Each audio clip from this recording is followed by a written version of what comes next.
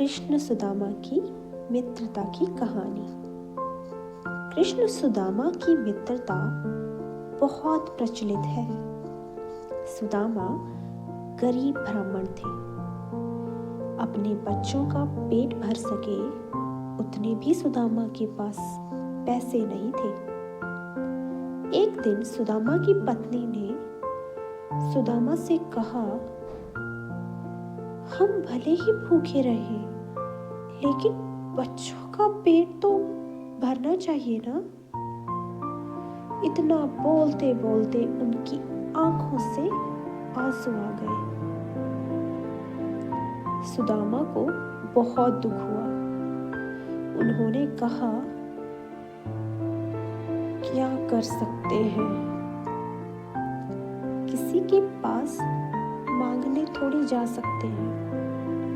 पत्नी ने सुदामा से कहा, आप कई बार कृष्ण की बात करते हो, आपकी उनके साथ बहुत मित्रता है, ऐसे कहते हो। वे तो द्वारिका के राजा हैं, वहां क्यों नहीं जाते? जाइए ना, वहां कुछ भी मांगना नहीं पड़ेगा। सुदामा को पत्नी की बात सही लगी। सुदामा ने द्वारिका जाने का फैसला किया।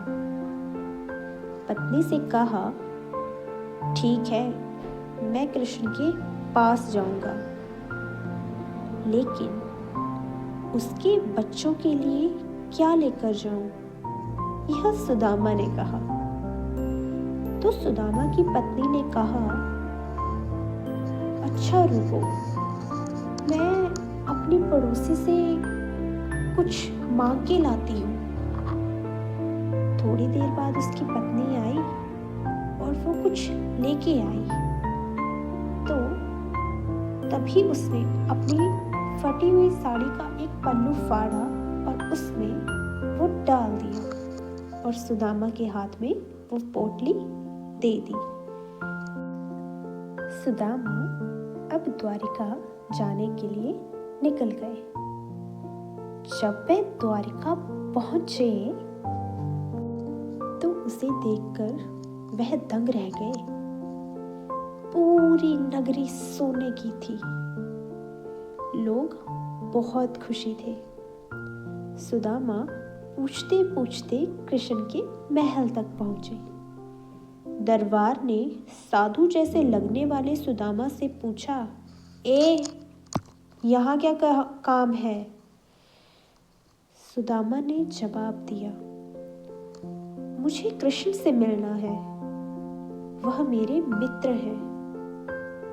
अंदर जाके कहिए कि सुदामा आपसे मिलने आया है। दरबार ने सुदामा के वस्त्र देखकर उसे अपनी आंखें दिखाई और हंसने लगा। पर उसके बाद वो अंदर गए और कृष्ण से मिले और उनसे कहा कि आपसे मिलने कोई आया है। सुदामा नाम सुनते ही कृष्ण खड़े हो गए और सुदामा से मिलने दौड़े। सभी आश्चर्य से देख रहे थे, कहाँ राजा और कहाँ ये साधु। कृष्ण सुदामा को महल में ले आए। सांदीपनी ऋषि के गुरुकुल के दिनों की यादें ताजा की। सुदामा कृष्ण की समृद्धि देखकर शर्मा गए। सुदामा पोहे की पोटली छुपाने लगे, लेकिन कृष्ण ने वह खींच ली। कृष्ण ने उसमें से पोहे निकाले और खाते हुए बोले, ऐसा अमृत जैसा स्वाद मुझे और किसी में नहीं मिला। बाद में दोनों खाना खाने बैठे। सोने की थाल में अच्छा भोजन परोसा गया। सुदामा का दिल भर आया। उन्हें याद आया कि घर पर बच्चों को पूरा पेट भर खाना भी नहीं मिलता है। सुदामा वहां 2 दिन रहे। वे कृष्ण के पास कुछ मांग नहीं सके।